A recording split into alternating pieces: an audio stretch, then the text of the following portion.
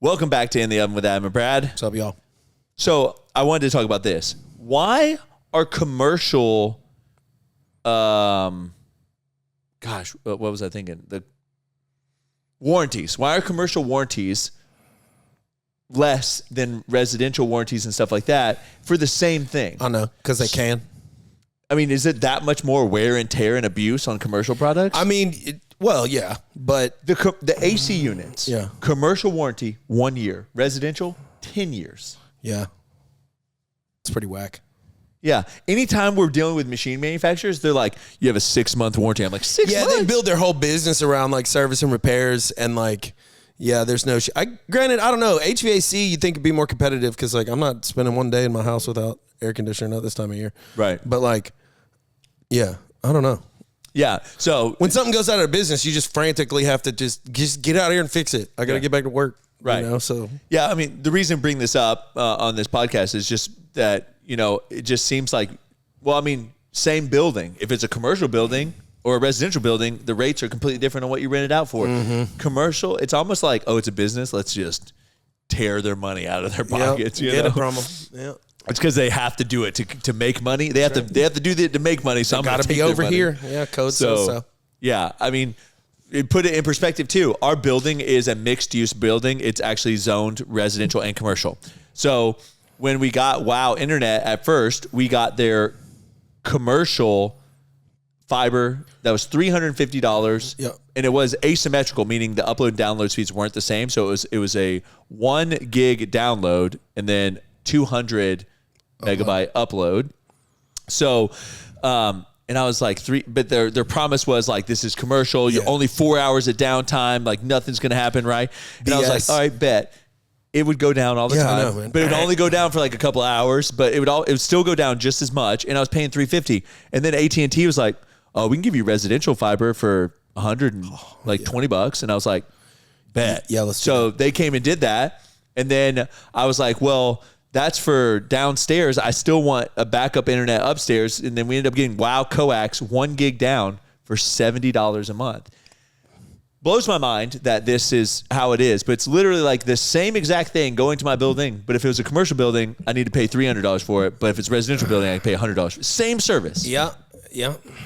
That's whack. Yeah. Hey, could you imagine you're ordering our cookies? Like, is this a commercial address or a residential address? Yeah, oh, it's a commercial address. Yeah. So I'm just going to add more money. $1. Yeah, I got to charge you more for this. Well, they do that, but I feel like it's the other way around, right? On deliveries. On deliveries, it is. Yeah. So they'll like upcharge you the for residential residence. Mm-hmm. Yeah. And for living out in the sticks and things like that. They're like, here's a pain in the ass charge. Right, but I understand that, right? Because if I'm going to like a commercial building, I'm probably dropping off a lot of packages at once, or there's like more. Yeah, it makes sense. But like when they pull into Wellness, I see the Amazon driver pull into Wellness, drops stuff off. He like stops at like 4 stores on that little stretch. Yeah, they load them up. So I don't know. That's why I think a lot of those companies go to USPS for the last mile, because USPS is going to everybody's house pretty much. Yep. So you might as well like have them deliver all your stuff too. Yep. But the reason we're doing this doubleheader podcast day, so if you saw us last week, I ended it with that, is because I will be in Orlando for, about 10 days. Yeah, man. Nice little family into summer. Yeah. I think Letty doesn't have school this week and next week, is why we're doing it, because when she doesn't have childcare, we scramble, but we usually don't find today we didn't have, yesterday we had someone till noon, I think. And then today we didn't have anyone. And, it pretty much means that Aubrey can't do much of anything. And then when she needs to do stuff, I got to cover down. So it just really messes up our schedule. Shout out to all you single moms out there, or single dads. Sure. It's definitely a hard game to play. Yeah. We just decided, my parents were like, hey, we want to take you on a Christmas trip, but because you will have a newborn, do you want to kind of do your Christmas trip early? We said, sure. So we're going to go down and stay like for 4 days at like Copper Creek or something like that. Okay. Apparently it's newly renovated, but it's an older Disney property, but it's newly renovated. Okay. Really excited about that. But then we're going to Evermore Resort, which I think I've shown you some of the pictures. Yeah. It has an 8-acre lagoon. Yeah. And it was apparently $1.5 billion to build this resort. Shout out money. Crazy. I remember when I was in the Navy on submarines, they were saying it was $3 billion to build a nuclear submarine, right? You get half of one. Isn't that is pretty crazy to think about, right? Like, there's a nuclear powered submarine. Dude, crazy. Just think of the amount of money that must be in. Oh, in that place for sure. So the really cool part about it is they built it almost like a community so there's condos, which are like the actual, like more of the typical hotel type thing. But then they also have like houses and townhouses and things like that you can rent. Okay. So we had friends that went and they rented a little house, a 4-bedroom house, and like we cooked all our food on site, and we actually saved a lot of money by doing it that way. So they had fun. But yeah, 8-acre pool. You can paddleboard in it. There's rope swings. The's a huge slide. Neat. So Letty's gonna have a blast. Yeah, Eastman's gonna let me borrow the 360 cam. Oh yeah, perfect. So we'll be able to do a little tour, do some fun stuff because it's waterproof. Nice. So we'll be able to have a lot of fun with that. So that's why we're filming the back-to-back. So the next podcast that you see when I get back, we'll obviously talk about the trip. So Recap that'd be a good time. We'll tell you. Try not to burn the place down while you're gone. But I just refuse to go to a theme park. Like I told Aubrey, I was like, I'm not going into Disney World. I will go into a water park. Like we can go to. Oh yeah. Have you been to the Volcano Bay? No. The Universal's I've been to Typhoon Lagoon. Yeah, I've been to Disney's and SeaWorld's and I feel like one other. Is Busch Gardens? No, that's Tampa, right? Tampa. Been to one other one, but I don't know. Well, Disney has 2. Arctic. Okay. Oh, Blizzard Beach. Blizzard Beach. So that's Disney's 2. Yeah. Disney has Typhoon Lagoon and Blizzard Beach. Okay. And then Universal opened that Volcano Bay one. And then obviously SeaWorld has one too.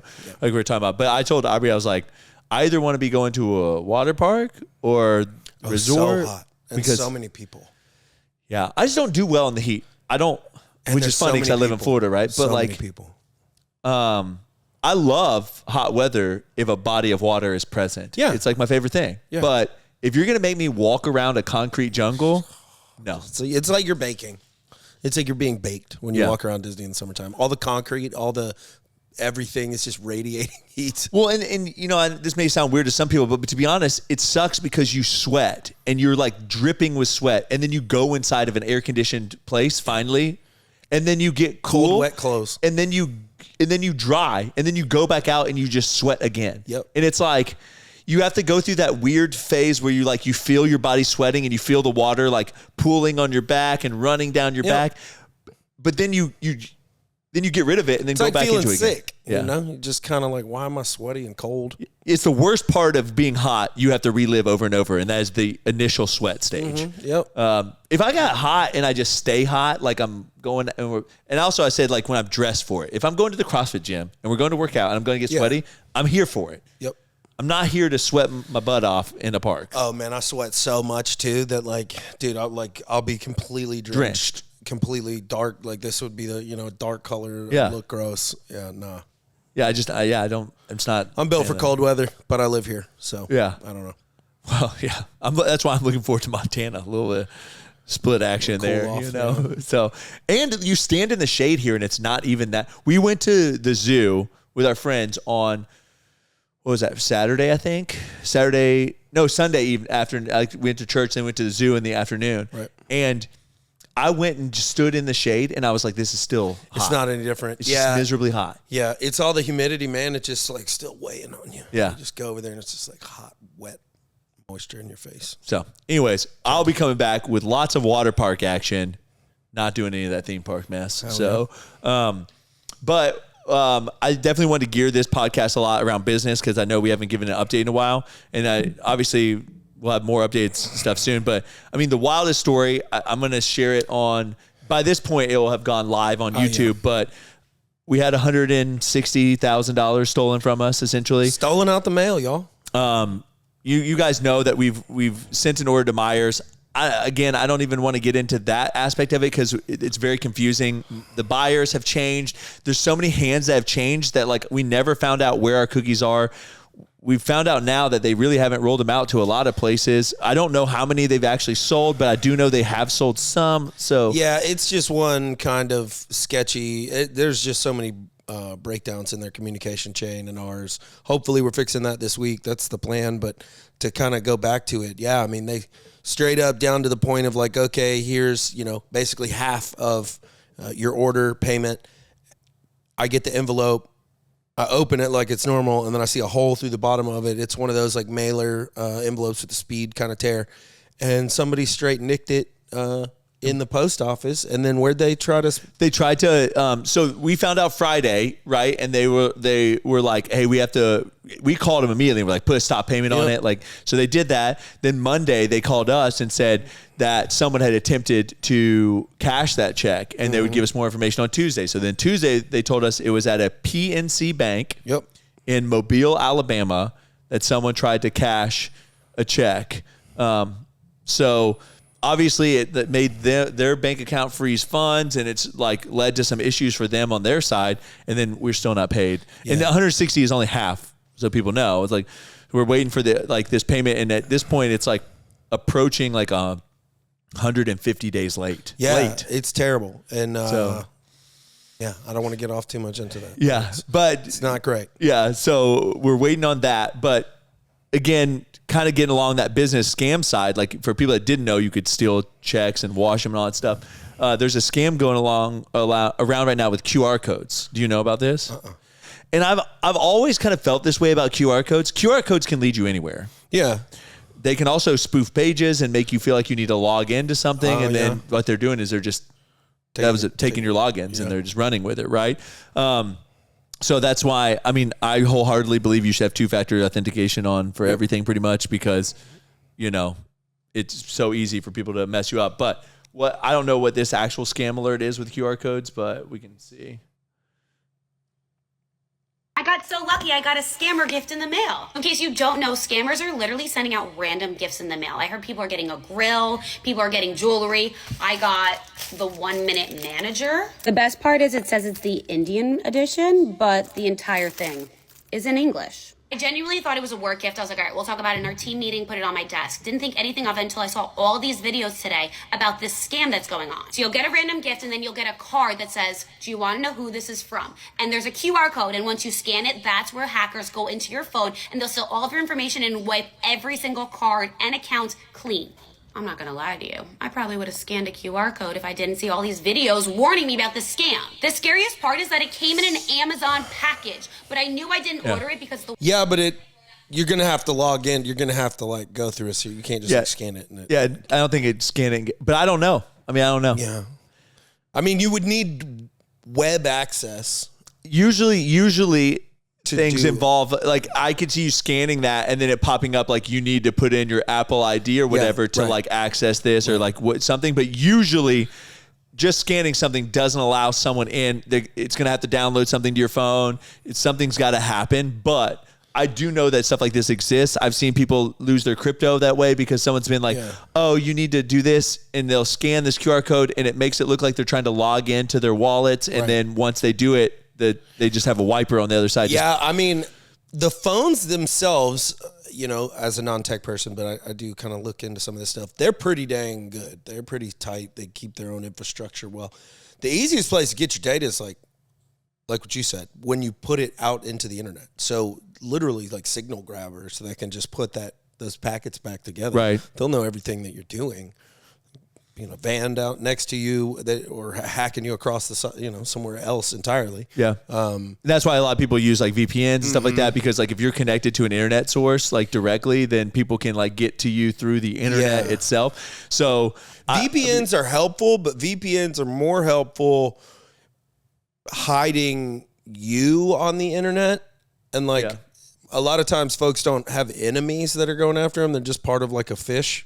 Right. And you can still get all got up that way. Well, yeah, the only thing that it can do is it can install malware on your phone, like I was saying. So like you would still have to though accept it, right? So like you would scan it, something would pop up that would lead you to install it yourself, because QR codes are a command. Right. It's telling your phone, once you scan this, do this thing. It can't set up macros where it says, once they scan this, do this, hit yes, do this, do What's this, do gonna this. What's going to be wild is, with Alexa and all these other voice-driven commands, when your phone can have malware that triggers your AI assistant to start ordering stuff on your behalf, or, just straight, no, Brad, looks like you spent all this money. And you're like, I didn't.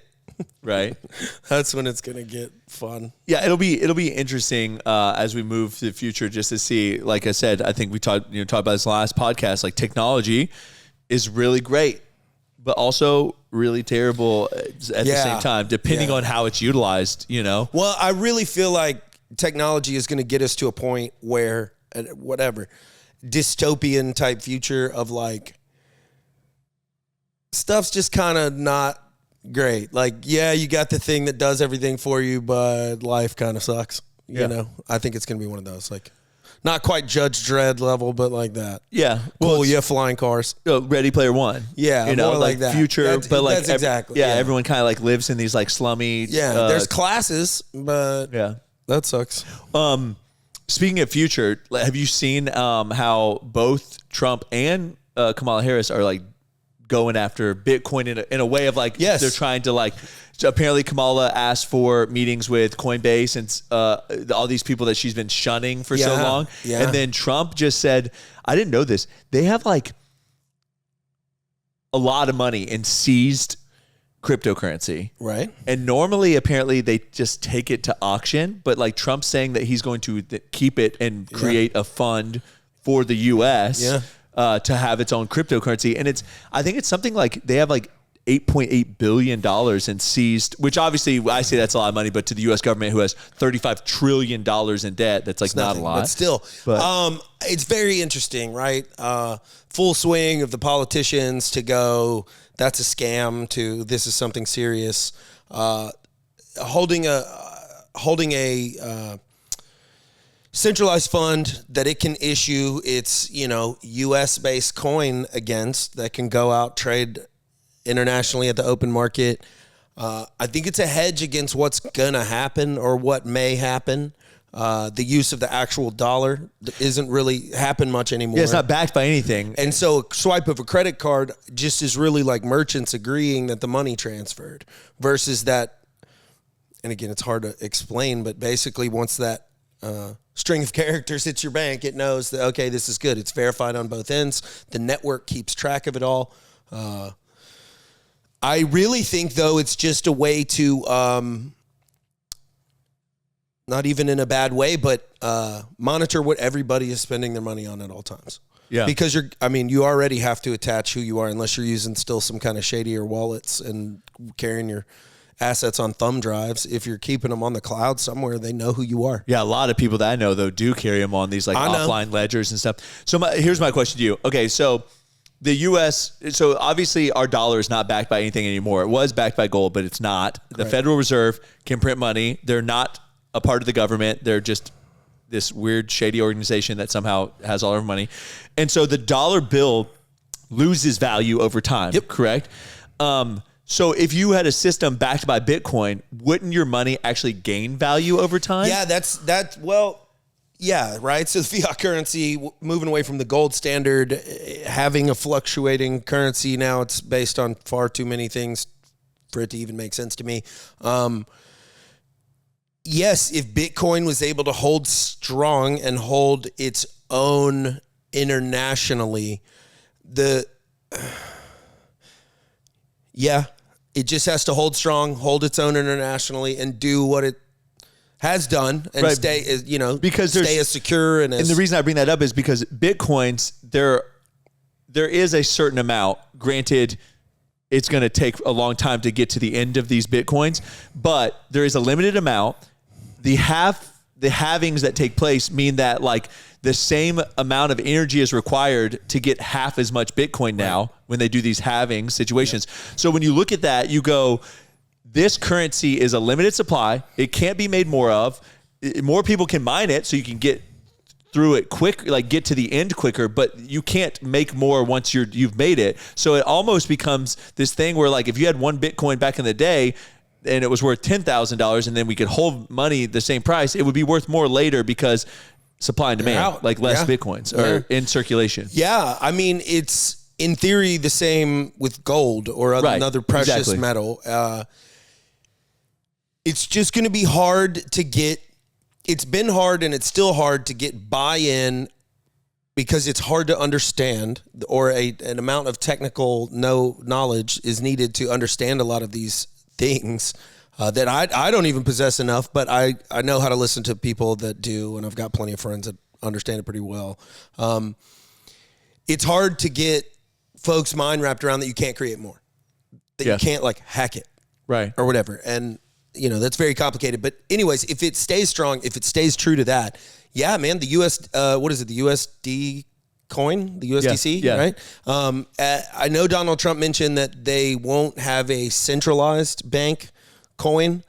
So I don't really know what that means, but hopefully it just means the Fed isn't going to have some version of a coin, but they will. I mean, BlackRock, State Street, all those folks have these huge, the Ethereum fund just launched, a bunch of them, and I've been watching them. I think you're exactly right, though. I think folks should get a hold of, one Bitcoin. Like, work on it, get a hold of it, whatever you got to do, going with a friend. But, like, I don't have a full Bitcoin. I think I have, like, a half, but I also have, quite a few Ethereum. Yeah, like a few Ethereum. Yeah, ETH, man. ETH and Bitcoin, very strong. Yeah. The rest, you can make money if you know how to... If you understand the technology. Get in and out a lot. Yeah. Well, I guess the weird thing to me, when I really think about it, is like we have this value on gold. Right? It's a dollar amount attached to it. The dollar's not backed by anything. Gold, the value of it is really like what it's not utilitarian, right? The value of gold is like of a is thing. In theory, but it doesn't actually ever get melted down and used in, silicon chips or right. chips. Yeah, but yeah, I'm saying even if you like, so you had gold coins to like pay people with, and you said, oh, this is like a $50 gold coin. So they like could actually verify it. Like they'd be like, I don't really want your gold coin. That's why I always struggled with gold, particularly because it didn't really seem like useful. As a precious metal, as a way to have money. Yeah, sure. I feel like if you've got enough money, diversify, have something, but like I gotta want your gold, and I gotta like for you to turn that into money or turn that into something useful. Yeah, I know, and I know that you've said this all the time that like money's fake, but like when you really really dive into it at all, like this whole system is like this fake system that like everyone doesn't agree. You get told like you're gonna play this game. My pretty metal is worth 3 of your chickens. Yeah. I kind of want to go back to the days where you could just be like, hey, how much do you want for that? Yeah. Okay, I'll send so-and-so over to like fix your toilet so you'll come do whatever. Yeah. You know what I mean? Yeah, trading. Yeah. Barter, like actually bartering. It works in small, it's just tough, man. We live in a capitalistic society, which has done a lot. It's pushed the needle,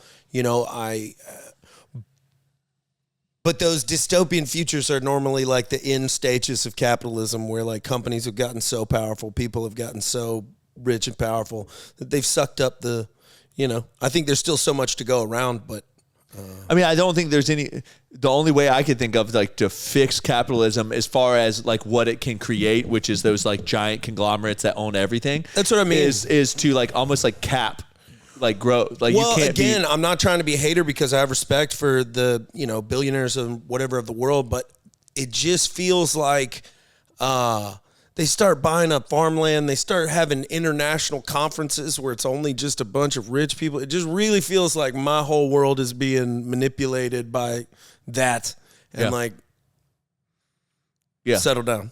Yeah, no, I agree. Completely. Like just the big boys, the Monsantos, the Microsofts. Well, just the fact that the people that make the laws can take donations from groups that the lawmakers directly have control over. Yeah. Is the only way I can say this is legal bribery. Yeah, man. Well, they can take money in, from these super PACs who get direct contributions, but they're like made up of members. But then they can directly interject money into a person's campaign. That campaign hires all kinds of people. They can hire their family to be their media buyer. They can put profit on all of those things, just like any other person would. Yeah. And it makes sense. Well, it's why these people run for offices that they then go vice president. Like they both campaign. They're making money. Boy, they're making all kinds of... Okay, cool. We knew we were going to go there. Or, clogging up the field. But it's why folks... Bernie Sanders, a bunch of them, just run all the time, And, like, they're just buying up media space. Yeah. Making money, getting their, like, 10th brownstone or whatever. Right. Yeah. I mean, it is wild to think about. Like, I mean, I don't know how much President Trump has raised through his campaign, but it's hundreds of millions of dollars, right? Sure. And so it's easy to hire on your family members and pay them $1 million, $2 million for the campaign season to do X, Y, and Z, and that's completely legal. But I guarantee that man runs it like a business, whether you like him or not. I guarantee he runs it like a business, and yeah, you can do those things in your own business too. And like, I should be able to give somebody money to help them do something. So it's like, when we take the commonality of it, if we were to donate to anybody's campaign, I don't really think we're doing it on the level where it's like actual bribe. But these companies, bro, especially government contractors or whatever, dude. Well, and you think a donation's supposed to be without stipulation, but there's a lot of stipulations into a lot of these donations. You know, like, hey, before we donate this, we need to talk. Like, what's your stance on this? Yeah. How are you going to vote on this? You know, and it's like, and they say an answer, and they're like, this is core to our fundamentals. Right. Are our fundamentals aligned? You know? Yeah. It is weird. But yeah, money's fake, guys. I don't really know how to like say that. It sucks. Because it's like you need it. But it's just like Adam and I have had this discussion. There have been businesses on paper, right, that are worth more than Fat and Weird is worth because the idea itself, if executed correctly, could be like so big. Pre-revenue cap raising. Yeah, if I was ever going to start a company again, I would. Oh, pre-rev, dude. I would be doing pre-rev cap raising crazy. Oh, yeah. This is going to be amazing. Yeah. You just got to bring the heat. You got to bring the slide, you know, get your pitch book fired up. Yeah. All that. I definitely would want to be involved in that because I feel like, I mean, we invested in that Eat Counter company, but same thing. We were approached, you know, and it's like pre-rev, here's our business idea. This is going to be, well, so you're investing solely in potential. Mm-hmm. And so that's got like to a certain type of investor, because it does, you're only going to get certain types of investors. It's got a gambling type feel to it. Yeah. Like, I'm going to win something. So a lot of, if you reserve guys, all kinds of stuff, they'll just be like, pass. I'll just come back and scoop it up when you prove that you can make some money. Right. Or when you need your like seed round right. or whatever. And so, well, without getting all that, there's layers of private equity and how they get their little fingers in your business and run it into the ground usually. But they kind of lost my train of thought there. No, but they're going to wait until they know for sure that they're going to be able to make that's money another type of investor, you know, like the kind of wait and sees, and they'll pay a fixed premium, and they'll, you know, the bigger their bank accounts are, the more they're just buying kind of guaranteed returns. Yeah. You know, when you're dealing in millions or billions of dollars, then 3 guaranteed %, 5 guaranteed %. That's pretty good still. Yeah, for sure. Yeah. So we have some things coming up for Fat and Weird. So obviously we should be launching, honestly, by the time this podcast goes live, it should be that week or the week after, our cookie dough bites with DoorDash. That's right. Are they doing it nationwide? I'm so confused by this. Like, it's close to nationwide. I know that. It's not quite, it may not be nationwide, but like if you live in or near a major city, you should be able to find those. Yeah. I'm really excited about that product because it's amazing. Great. I literally eat y'all them, are gonna all the time. Absolutely. And then did we talk about like our meeting with DoorDash social media, like on the, I don't think so. On the podcast? I don't know if we did or not. But we met with DoorDash's social media team. I feel like I did talk about this, but, the reason I bring that up is we're meeting today, with the guy that's going to run across, that's right, Texas, or at least his like agency, probably get his jog on. And so, we want to pitch to DoorDash a potential idea of like a kind of a commercial of this guy like running across Texas and, you know, making some comment about how he's thirsty or hungry or like just needs a snack, and then he DoorDashes it in, and I think it's gonna be really funny. So we're gonna try to see if we can get them involved with this like little campaign thing. Yeah, fun going after the big boys. They've got the marketing budgets, and we've kind of got the energy, and we're building the team. And the ideas. I got the ideas too. Yeah, I mean, it's gonna be fun. I'm excited about that. Something's gonna come from it. Yeah, I'm excited about that because like I really do enjoy the creativity and marketing. I think you probably can tell that I enjoy doing that stuff. But so like that's a really fun thing that's coming up too. And then yesterday, Christian, 100% verified. We have Publix's numbers. Yep. Obviously, we're not going directly to Publix. We're going through a food distributor. But obviously, we got the contract locked down a little bit better than we have with the Myers contract. But we should be marching on with Publix. Again, I think I've said it over and over again. Give us 90 days from now. Yeah, it'll take a little longer with the distribution channels and Publix and stuff than we direct fulfill to DoorDash. So it'll. My hopes is by like the holiday, like by like holiday season, so like November-ish time frame we're gonna kill. Yeah, that we're gonna kill. It's gonna be so good. So I'm really excited about that. Y'all are so lucky. There's a lot too on the horizon for us. I mean, you can kind of talk about the fact that we've kind of moved into like some shifts here. How many new people have we hired? Man, I don't even know how many people we have in the building. My wife and kids pulled up earlier this morning. And they were like, "Holy moly, how many cars are out there?"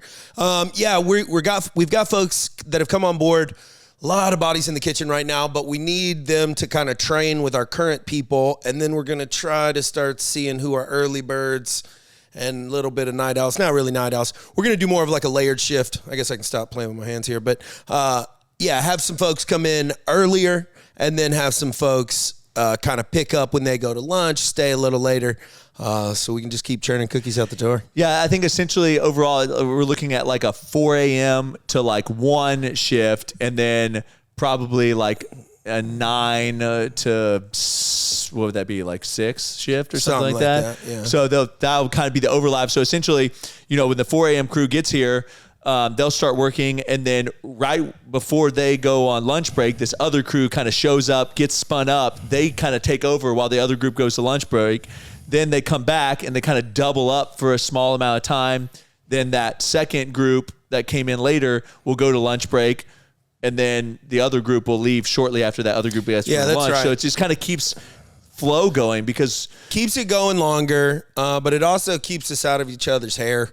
Then that kind of allows us to see if we can add some more people back. We know how many people we can kind of have in there, but we're kind of at maximum because you just need a little space to work, right? And then somebody's got to slide past you, or, hey, we got to push more cookies through, sorry. It's getting tighter, and I think spreading it out, making it a little more continuous, having those cookies sent out the door every day, Yeah. So, and then we've also found that like just a lot of our processes, if we completely stop them, meaning like everyone goes to lunch, it just takes a lot longer to get like that ball rolling again. Whereas if you layer it and like part of the group goes to lunch and other parts like keeping it going, and then, they exchange, it isn't as hard to like gain that speed. Well, back like up. a big old engine, you don't want to let it turn off ever. Right. Really. Yeah. Because getting it going is like, Well, it reminds me of those. I used to love watching those strongman competitions, and so they'd be like pulling the semi with the rope, and like it would take them forever. But the moment they actually got that thing moving, like it's moving, right? And so it's almost like once you break that initial friction, you're cruising. So as long as we don't stop the machine, it's easier to keep it churning, even if it's at a lower speed. So that's like a lot of the stuff going on around here. People used to ask me all the time, like, how many employees do you have? And I used to say about 20, but like, I think we're well past that now. Yeah. I'm not even sure, how many we have. And then on top of that, we obviously have a bunch of, stuff in the works. I don't even know if we talked about this, QVC. Oh, tell them. Because when this podcast goes live, it'll literally be like a couple weeks before I go on QVC. Yeah, that's right. So long story short, QVC has been like courting us for a while for like a holiday type thing with our cookies. And I was originally told, hey, you're going to do your training on August 15th, and then you're going to go on air sometime in October for like their November, December launch. And then all of a sudden it was like August 25th, you're going on the show, which is funny because that's Aubrey's birthday. And we were planning on flying. We were flying to Detroit, and then we were going to fly out on her birthday back home. And now we're flying to Detroit, and then flying from Detroit to Philadelphia to go on the QVC thing. So we're like boom, boom over there. But because of last minute things, we've been rushing trying to get custom boxes designed for this. Got to get mock-ups, need them in 10 days, 12 days, whatever it is. So we're having to jump through hoops, deal with every country on the planet, see who can get it to us the fastest. Yeah.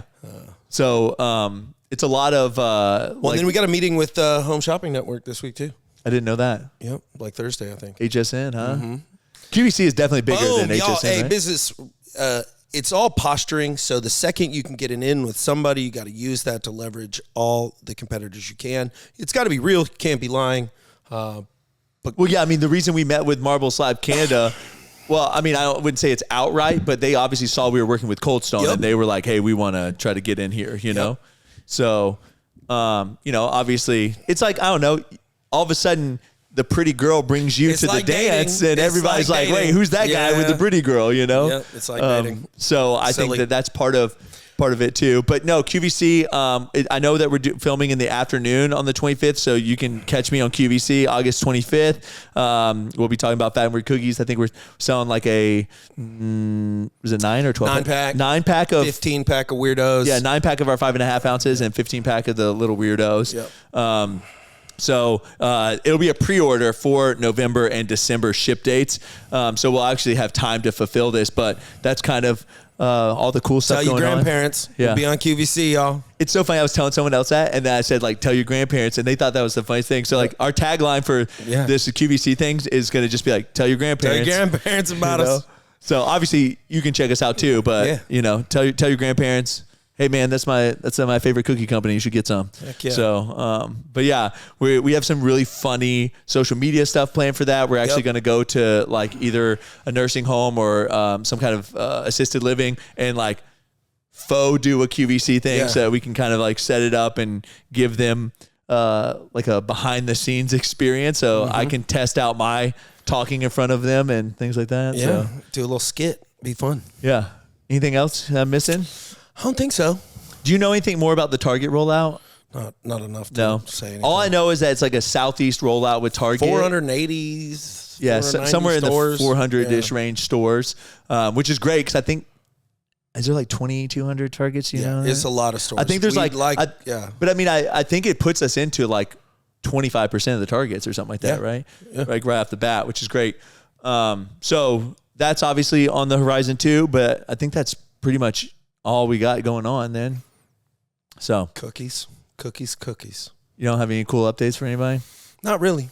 My eye's starting to twitch now. The cool updates Adam has is like he got our lift station fixed. Oh yeah, man, keeping this beast running smoothly. You know, keeping everybody happy. You know, everybody wants to whine all the time. I gotta go. Pow! Get back to work. What's the hardest part, in my opinion, truthfully, of like sometimes owning a business is just like keeping everything operating how it should operate, you know? Like, I mean, I don't know if you know, Byron was here, Mangrove. Changing out like the fan motor. He said the bearings. Yeah, I went in there the other day and it was like blah, blah, blah, blah. So I'm like, Byron, come fix this shit. Yeah. Anyways. And then you know we got the lift station fixed. You're still working on getting our second flow wrapper 100% operational. Our other oven works, but it's having some issues with just like the lifting mechanisms and things like that. So we got to get that. And then finally, I mean, we've been in this building forever, but long story short, you know, the contractor didn't do things he was supposed to do. So we got to get some rip wrap for our drainage. For our pond that we're going to well, maybe. Who knows? Maybe not, honestly, we may do nothing. Honestly, we may just level out that other area and put parking over there or something the way things are going. I know, man. So put reefer trucks just sitting over there ready to go. Ready to go. Who knows? But that's kind of where we're at right now. But that's a little bit behind the scenes business update with Fat and Weird. Again, we just really appreciate y'all's support on everything we're doing and all the feedback, including you, Max. Yeah, thanks, man. Eastman's definitely stepping it up because of you. So stay on his butt. So this will let me know. We can take it. Yeah. We need more of it. If you're seeing this, Max, comment down below. I want to believe it. All right. All right. You're worth it. Do our shit.